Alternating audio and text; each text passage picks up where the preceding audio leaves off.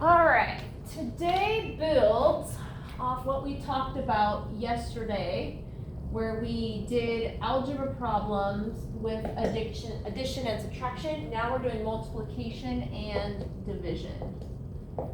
So multiplication problems look like this: 3x equals 15. Division problems look like this: x divided by 2 equals 12. Okay, so we're going to focus on the multiplication type first. Now what you see here is we're always going to isolate the variable. So here's our unknown, our x, and then we talk about how is it connected to this 3. And we know that when you have a number and a letter written next to each other, that means multiplication. So to undo this, we do the opposite. So we're going to divide both sides by 3, because remember, math is fair. So whatever you do to the left side of the math equation, you also have to do to the right side of the math equation. So if we divide by 3 on the left side, we have to divide by 3 on the right side. Now what happens here is that you have a 3 on top and a 3 on bottom. So 3 divided by 3 is 1. 1 times x is x. So essentially these cancel. That's my favorite part, draw the line through it. These cancel, leaving you with just x. And now we can finish the other part of the problem. So 15 divided by 3 is 5. And then we can check our work. We can put that 5 back in for the x. So 3 times 5 equals 15. Yes, done. So opposite of multiplication is division. Now when we have a division problem, and we know it's a division problem because we have this division bar, we're going to say, well, it looks like a fraction. It does. Fractions are division. Okay? So when we have this x connected by a division divided by 2, we're going to do the opposite, which is multiply both sides by 2. So just like we had here, the same number on top and bottom, we have the same number on top and bottom. They're going to cancel, leaving us with just the x on the left side. And then we finish the problem on the right. So 12 times 2 is 24. And we can check our work. If we substitute in the number 24 for x, 24 divided by 2 equals 12. Lovely. Lovely. Okay. Let's do a couple example problems from our homework.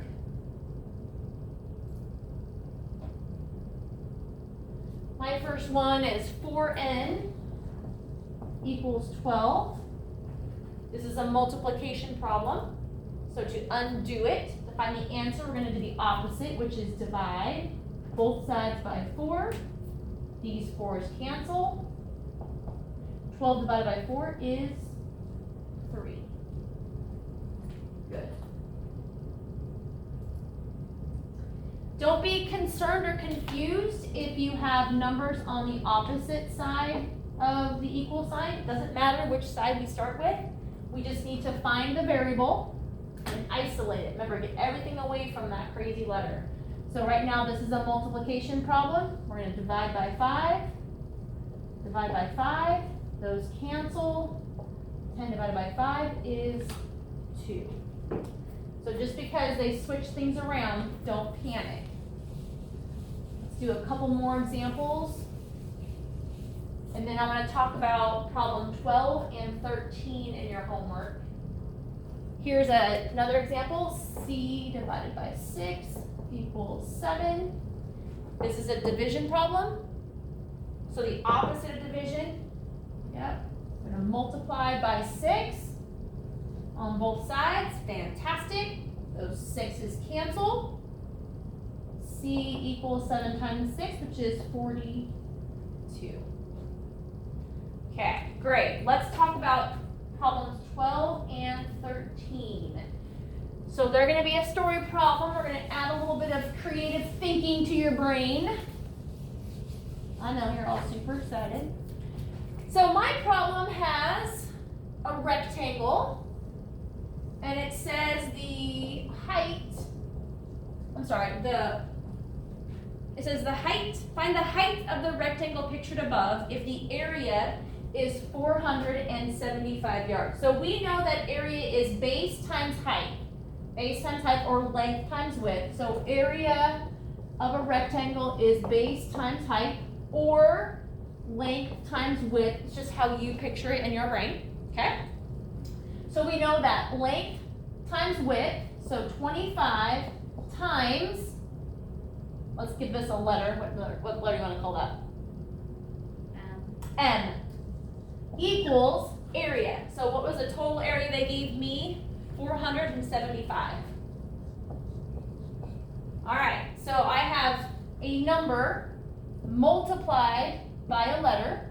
So this is a multiplication problem. So I can say 25 times m. I can say 25 times m. Remember how in day one we talked about how we don't use the x hardly anymore because it's confusing as if it's a letter or a number. Or we can write this as 25m. And that's what our homework was showing us, right? 25m equals 475. So how we write this helps set us up for success. So we know that base times height, or length times width, is going to give us an area. So 25 times m equals 475.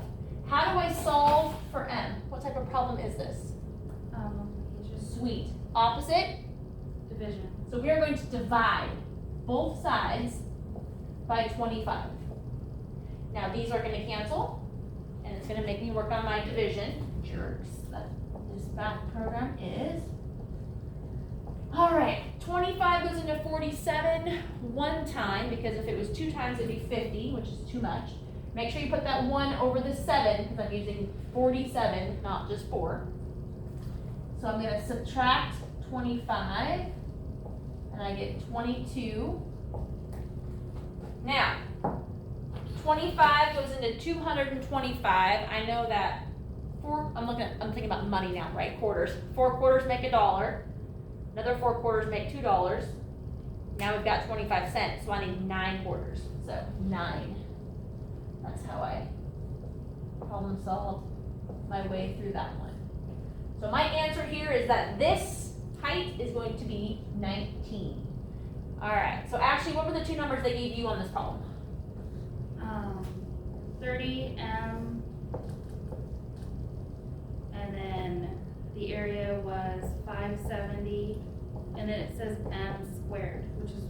Yeah, so when you do area, you're multiplying yards times yards. So yards times yards is yards squared.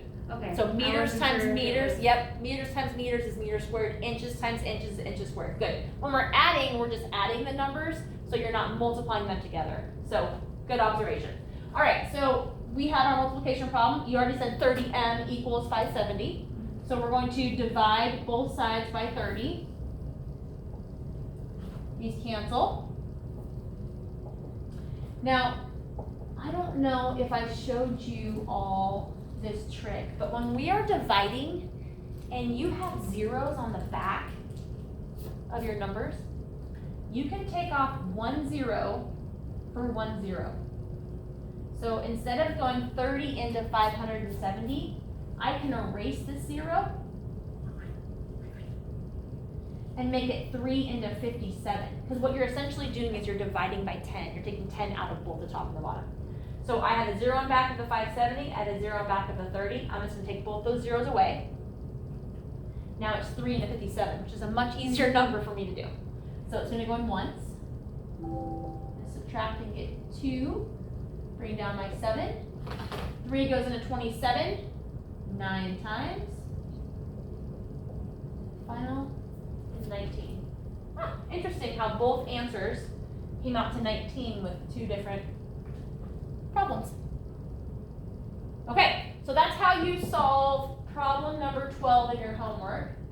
Let's take a look at problem number 13. So this was problem 12. That will help you. Problem 13. So problem 13 says use the formula distance equals rate times time. I'm going to switch pens out so we have a little bit darker. I have a black one in here. Distance equals rate times time.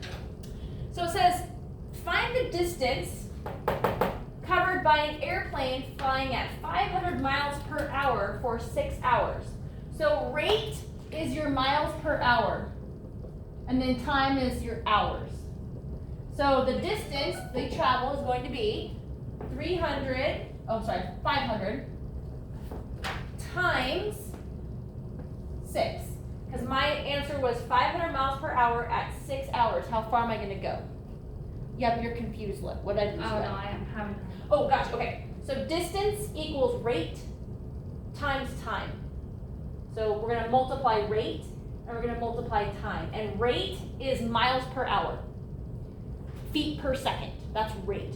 Time is obviously our hours that we're on the airplane. So it says my airplane was traveling at 500 miles per hour for 6 hours. How far did it go?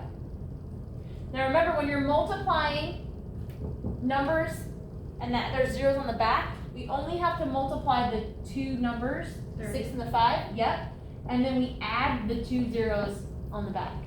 So multiplying by hundreds, 200s, 300s, those are nice because we just multiply our numbers and then add the zeros. So we actually traveled 300 miles.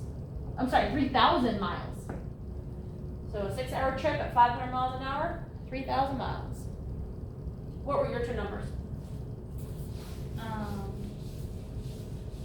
550 miles per hour for 4 hours. Okay, so we're gonna take 550 times 4. So we can hang on to this 0 and just multiply 55 times 4. And then we'll add that 0 back in later. So 5 times 4 is 20.